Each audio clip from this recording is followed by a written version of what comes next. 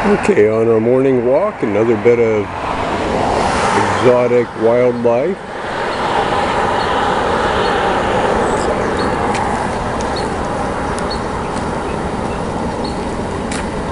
Sorry for the jerkiness. I'm trying to walk and get a little closer to this strange and exotic bird.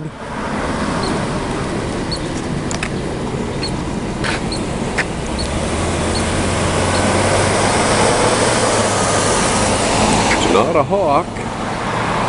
It's not a seagull. We've got no idea what it might be. Well, we seem to have a chicken by the side of the hillside near the road.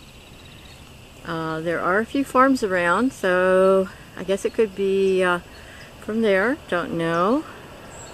Just hope nothing happens to it because it's a pretty busy road. As you can see, car going by. It's supposed to be 35 miles per hour. Many cars go much faster than that. I wish it all the best.